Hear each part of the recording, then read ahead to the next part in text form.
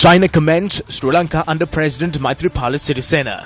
Government to ink several agreements with China. A unit under former Major General Kapila Hendra Vitharuna is linked to Lasantha Wickrematunge's murder and assaults on other journalists. Revelation by the CID. Auction of a plot of land in Malwana which allegedly belongs to Basil Rajapaksa cancelled. Former Central Bank Governor instructed to change the trade policies and interest rates. Revelation at the Presidential Commission. Dengue claims another life in Thopur, Trincomalee. Hello there, very good evening and welcome to your Prime Time News Bulletin. I'm Shane Silva. And I'm Jyoti Migunisena. Let's start off with a look at the local stories in detail.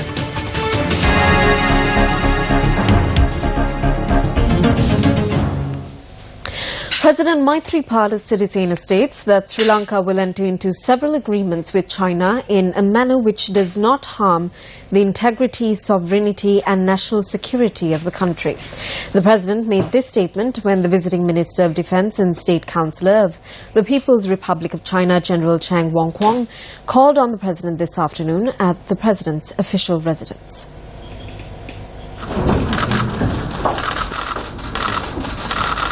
President Sirisena, who recalled the long-standing relations between Sri Lanka and China, appreciated the support extended by China towards the sovereignty and national security of Sri Lanka.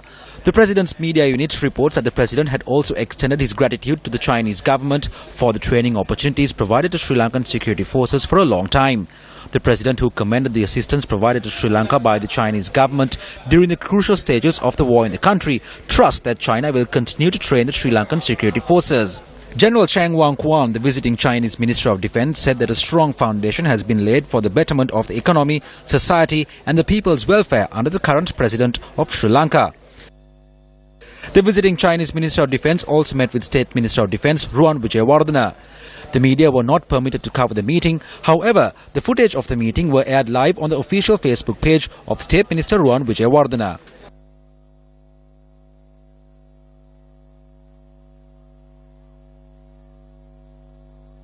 The visiting Minister of Defence and State Council of the People's Republic of China, General Chang Wang-Kwong, arrived in the island last evening. China has invested heavily in Sri Lanka, funding airports, roads, railways and ports, and including the island nation on its One Belt, One Road mission to create a modern-day Silk Road across Asia. In 2014, Sri Lanka permitted a Chinese submarine and a warship to dock at its port in the capital Colombo, sparking concern in New Delhi.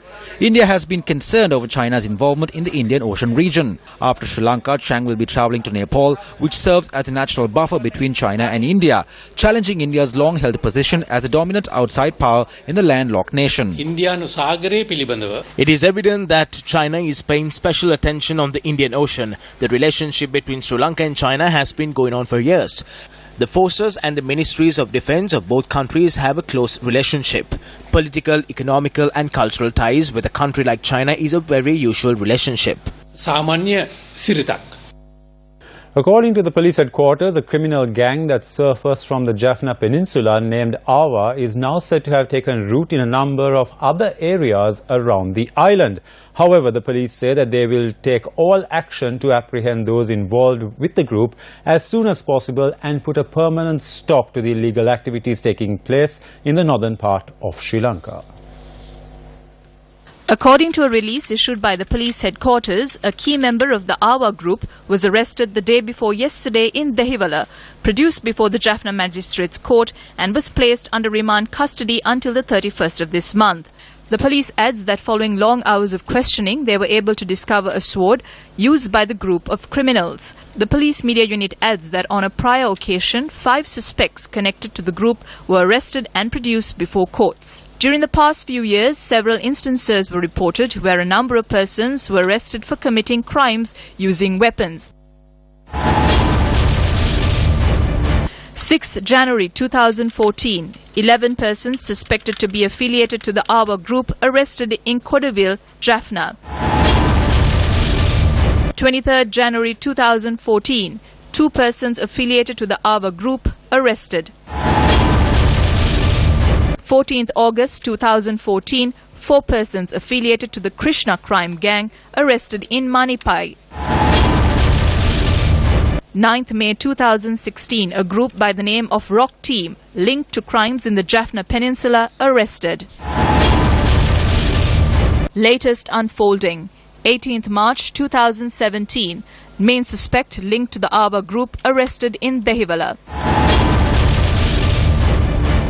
Meanwhile, politicians express views with regard to the Awa group. It is the duty of both the police and the armed forces to take action against this. I do not think that it is a matter we need to be afraid of. If the police or the armed forces take action on this, it will only be a step taken by the government. I am aware that the government has given instructions to both the heads of the armed forces and the police personnel of the north. They are geared up to take all action. According to reports which we received, the situation is nothing that we should be afraid of. The police and armed forces are on alert. We as a government have all processes in place to see that the criminal gangs, be it Awa or any other group, to be arrested and curb them. We will not allow any criminal gang to be present in this country. We will not let any criminal group enter the country or engage in crimes disregarding the security forces. In other headline-making news, another dengue-related death was reported from Thopur, Trincomalee today, bringing the total dengue-related deaths to 15 persons in the Trincomalee district. Around 40 new dengue-related cases were reported in the past 24 hours, ending at 4 this evening from the Kinya hospital. The Ministry of Health says that over 2,000 dengue patients have been reported from the Trincomalee district, including Kinya. The Ministry of Health says that 22,562 dengue cases have been reported in the island during the past 3 months. The number of dengue-related deaths stands at 39. The highest number of dengue cases were reported from the Western Province, amounting to 5,389. 2,827 dengue cases were reported from the Gampha district. The Ministry of Health says that the number of cases have been on the rise during the past few days in the Trincomalee district.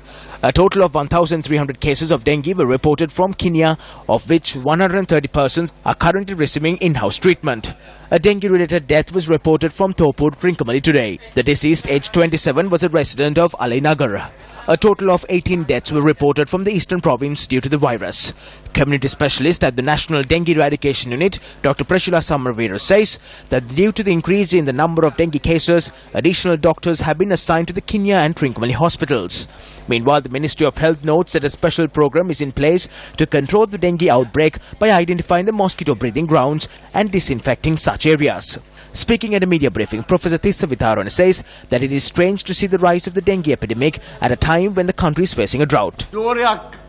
When there's a drought, there should be a drop in cases of dengue. There's a problem here. No attention has been drawn towards this. When I made a phone call, the relevant special entomology unit had not been dispatched to Kinya. This is saddening. Najit Sumanasena, the chairman of the Entomology Officers Association, says that such a situation has arisen owing to the lack of public awareness. Meanwhile, 66 schools which were closed down owing to the threat of dengue in the Kinya educational zone reopened today. Provincial Education Director Hamad Lebe said that this decision was taken following the control of the virus. He further added that due to the close of schools for 3 days, extra classes will be held on Saturdays. Speaking at the District Coordinating Committee meeting in Trincomalee today, Leader of the Opposition R. Sambandhan too spoke on the matter. On the matter of dengue, I think this has been a very unfortunate development in our district, and I'm happy that steps have been taken to bring the matter under control.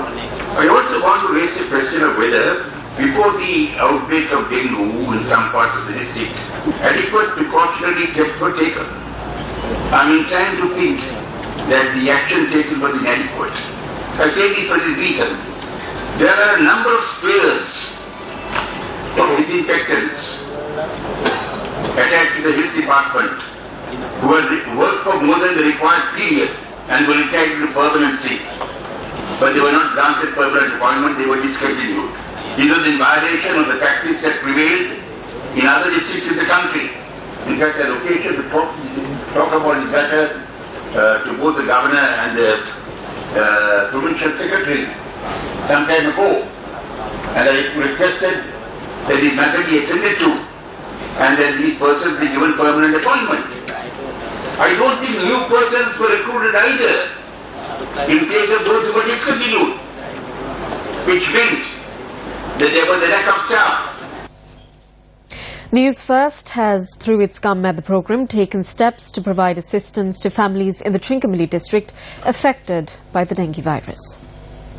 Teams will be setting off to Kenya tomorrow morning with mosquito nets, coils, rackets, milk powder and water to distribute among families who are suffering as a result of the dengue epidemic raising its head once again dangerously in the country.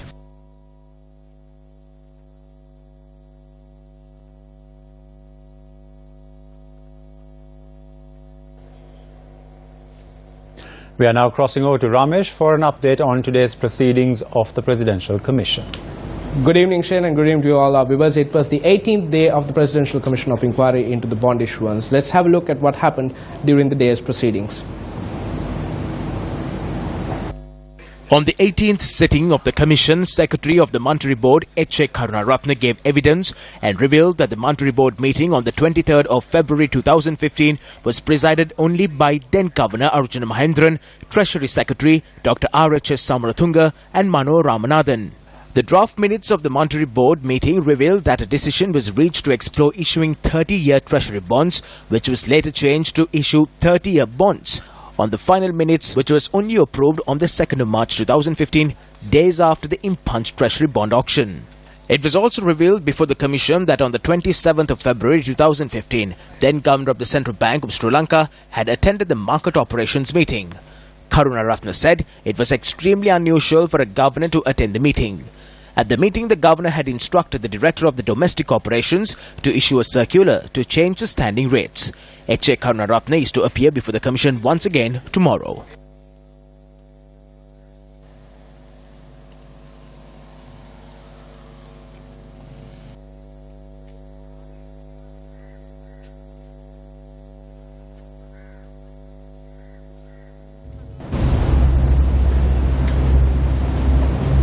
Well, it has been 18 days since the Presidential Commission began its activities. So let's take a quick look back at what the key proceedings are during these past couple of days. Now, we should note that former Central Bank Governor Arjuna Mahendran was appointed as the Central Bank Governor on the 26th of January 2016. On the 16th of March this year, Secretary to the Monetary Board, H.A. Karunaratne, who we spoke about earlier in the package, said that during the month of February 2015 alone, 14 heads of department within the Central Bank of Sri Lanka were transferred. In addition to that, he also revealed at the Presidential Commission that over 500 lower-ranking officers were reshuffled within a span of 12 months. Now this, according to H.A. Karunaratne, is an unprecedented move from a central bank governor. Now, the 27th of February 2015 was the day of the controversial bond issuance. Arjuna Mahendran visited the public debt department during the bond auction. Now this was according to Additional Superintendent of the Public Debt Department, Dr. M.Z.M. Azim, who was providing evidence before the Presidential Commission of Inquiry during the first week of this month. He also said that the deadline of the auction was extended by 5 minutes based on a request of a primary dealer. Now, it was later revealed that during the final few minutes of this bond auction, a bid was placed, and that bid was placed, according to Azim, was by the Bank of Ceylon on behalf of perpetual treasuries amounting to 13.5 billion rupees. Now, as we know, perpetual treasuries has been linked to the governor of the central bank, former governor of the central bank, Arjuna Mahendran, as his son-in-law, Arjun Aloysius, was linked to perpetual treasuries. Now, BOC places 13.5 billion rupees in bids. Now, this is incidentally the first time, mind you, that a primary dealer has placed bids on behalf of another primary dealer in a bond auction. This was revealed by Central Bank Governor, the current Central Bank Governor, Dr. Indrajit Kumaraswamy, during his submissions to the Presidential Commission. Let's take a look at what happened next. Now, it was revealed that at 11:05 a.m. on the day of the bond auction, Arjuna Mahendran left the public debt department. This was also according to Dr. M.Z.M. Azim, who was providing evidence, as I said before, during the first week of March. At 12:30 p.m., Arjuna Mahendran instructs to accept the entirety of the bids received, that is over 10 billion rupees. Now, keep in mind that the first bond issuance was supposed to be only 1 billion rupees, but based on the instructions of former Central Bank Governor Arjun Mahendran, the bids were accepted were over 10 billion rupees. And finally, we also need to note one more thing. Appearing on the 9th of March 2017, current opposition MP Bandula Gunawardena questioned the Commission, how did perpetual treasuries generate a profit of 12.89 billion rupees within a span of 21 months. He urged the Commission to investigate this and reveal the details. As you know, the Presidential Commission will go on for the next 2 months as well, and News First will bring you the latest updates. Shane, it's back to you. Thank you, Ramesh, for that update. In other local stories, the government is preparing to establish an independent regulatory commission to regulate the media. This revelation was made by Minister of Parliamentary Reforms and Mass Media, Gayantha Karunatilaka, while addressing a conference held in Colombo yesterday. According to the committee stage amendments to the 19th Amendment to the Constitution which were introduced, journalists can be imprisoned under criminal charges. Clause 28 of the bill reads that under election law or a referendum, in the event that guidelines issued by the Elections Commissioner during an election or a referendum are not complied with, legal action can be taken on criminal charges, even against privately owned media institutions. The maximum punishment is a prison sentence of 3 years or a fine not exceeding 100,000 rupees. In its determination of the 19th Amendment to the Constitution on the 15th of April 2015, the Supreme Court held that the suggested clause seeking to regulate private media amounted to an arbitrary exercise which will severely impinge upon the rights of citizens and media institutions. Accordingly, court held that the said clause violated Article 3 of the Constitution and therefore had to be approved by the people at a referendum.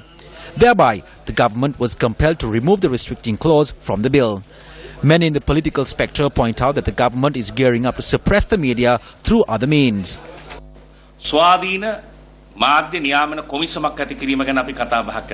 We had talks to create an independent regulatory commission for the media.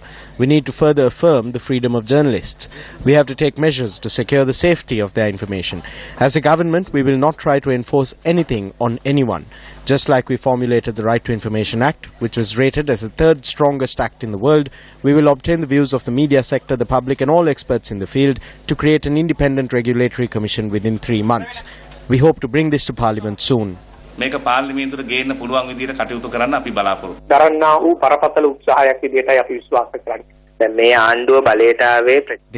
came into power on a promise to uphold democracy and ensure democratic rights. But soon after coming into power, this government attempted through the 19th Amendment to limit the people's right to express their views via the media and to limit the media's criticism of the government. In the end, the inclusion of these provisions in the 19th Amendment was prevented through judicial action. Later, the government trumpeted about the Right to Information Act and adopted it. They say it upholds the right to information and that it is the best act of its kind in the world. We have submitted our criticisms, but the government continues to claim that the act upholds the right to information. Against this backdrop, with the statement made by the media minister today, it appears to us that they are in the process of drafting another bill which will curtail the Right to Information Act. It is clear to us that they are attempting to censor the media when the media reports on fraud, corruption and violation of procedure on the part of the government.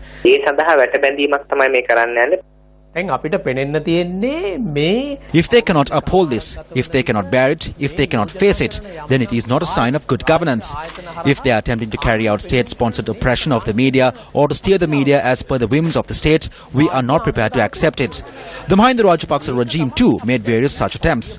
If the good governance government, which was elected because of the force that built against such attempts made by the previous regime, is now attempting to appoint such commissions to control and steer the media, then it is a very serious matter.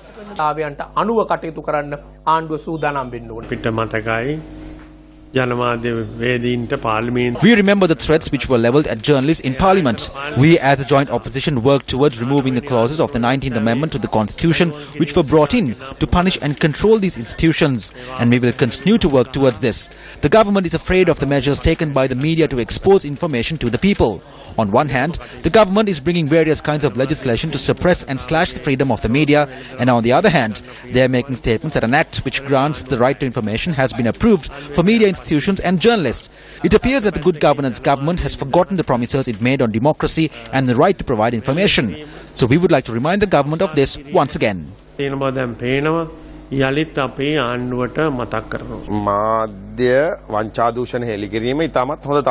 The media exposing fraud and corruption is a good thing. We are happy about the fact that even your media institution has taken measures to expose certain irregularities of the government which took place not too long ago. But with that being said, there is also a need for the media to work with a sense of responsibility. If this does not happen, I believe that because of the acts of certain media, not yours, but certain websites and so on and so forth, good people in the country will not enter politics.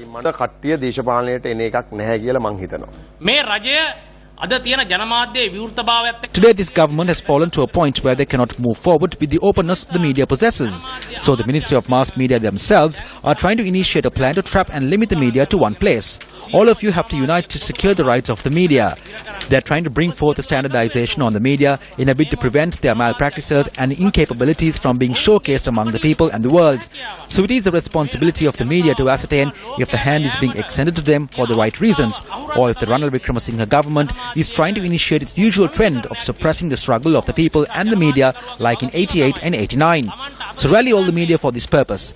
The leaders of the Frontline Socialist Party are prepared to give up everything, even our lives, for the sake of the people's rights.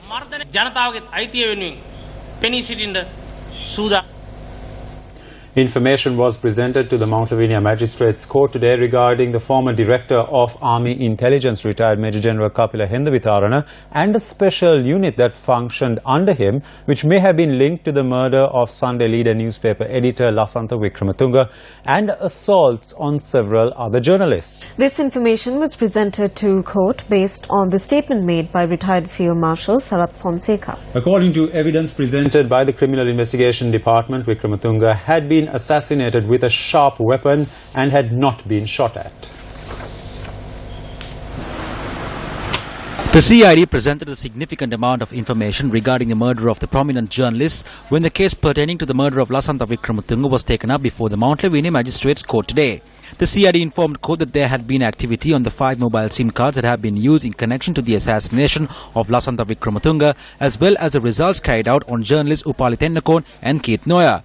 The CID further said that when investigating the mobile phones of the suspects arrested in connection to the abduction and assault of journalist Keith Noya, it was established that the suspects were military personnel. Elaborating further, the CID said that there was a reasonable evidence to establish that the military personnel were also connected to the assault of senior journalist Upali Tennakone and the murder of senior journalist Lasantha Wickrematunge. It was also revealed to court by the CID that there was suspicion over the involvement of the suspects based on the circumstances in which the transfer of the cases relating to the murder of Lasantha Wickrematunge and the assaults of Upali Tennakone and Keith Noya was made up by the then Inspector General of Police, Mahinda Balasurya, from the CID to the Terrorism Investigation Department. Today, the Lasantha murder case taken up, and the CID especially filing for the report, and specially mentioned they have taken a statement from former commander Sarath Fonseca, and according to his statement they have revealed some other valid vital facts. According to that submission by the CID, Mr. Silva, they quote to the court one Mr. the retired officer Hendavitharana, who is the director of intelligence unit. According to Mr. Sarath Fonseca's statement, he has separate group to do such a like this incident and attacking media centers and the media persons. So same, only one group and same system they have applied. So according to their investigation, they are going to further investigation. According to that, they have already taken custody attacking Geet. In the meantime, if we have any other evidence to relationship in this incident, if they are going to any other evidence for the investigation, and they are willing to get these suspect also to this murder case. According to that, their submission, the court has taken another date and case postponed on 6/19/6. The case was postponed to the 19th of June for further evidence to be presented. Senior journalist Lasantha Wickrematunge was an active member of the Capital Maharaja organization and was the producer and presenter of many programs on Sirasa TV. We strongly condemn this attack. We all should rise against these type of assaults and terrorism. This is not the first time, and this will definitely not be the last. Was it the same party that gave instructions for the assault of journalists and the destruction of property belonging to the media? Assault on Keith Noyar. 7 years have passed. 6th January 2009. Attack on the Sirasa Media Complex at Depanama. 8 years have passed since the attack. 8th January 2009. Senior journalist Lasantha Wickrematunge assassinated. 8 years have lapsed. 2nd June. Journalist Poddala Jayantha assaulted. 8 years have passed. 24th January 2010. Disappearance of journalist Prageet Eknaligoda. 7 years have passed. 30th July 2010. Siatha Media Institution attacked. 6 years have lapsed. Who is behind these incidents? Here's a look at more news from the courts. Leader of the National Freedom Front, parliamentarian Wimal Weerawansa, who was arrested on charges of misusing state vehicles, was remanded once again until the 3rd of April by Fort Magistrate Lanka Jayaratna. The revision application filed at the Colombo High Court by Wimal Weerawansa requesting for bail is to be taken up tomorrow. Summons have been issued on the President and the Prime Minister to provide evidence in the case filed against former UMP General Secretary Tissat Nayaka. The case has been filed on 3 charges, including preparing forged documents. The case was taken up for examination today before High Court Judge Vikum Kalwarachi. While summons were issued on a prior occasion on Prime Minister Ranil Wickremesinghe and President Maithripala Sirisena, who have been named as the first and second witness in the case to appear before court today, they were not present when the case was heard. The head of state as well as the Premier had informed court in writing that they would not be able to be present today due to official work. The High Court judge postponed the case until the 17th of July. The judge also ordered that the witnesses present in court today, including UMP General Secretary Kabir Hashim, be present when the case is heard on the 17th of July. I have not given up politics. I am on a break and I have used this break to meet and get to know people. I now know who are the friends and rivals. I'm prepared to embark on a new political journey after realizing everything. I reached a decision while in the United National Party on who I will work for at the previous presidential election. When he was working as the General Secretary of the Sri Lanka Freedom Party, I was working as the Chairman of the SLP. That is the difference. Finally, the leader who worked in the United National Party has become the leader of the country and the leader of the Sri Lanka Freedom Party. I, who stood for the UMP, was removed because I worked for the Chairman of the SLP at the presidential elections.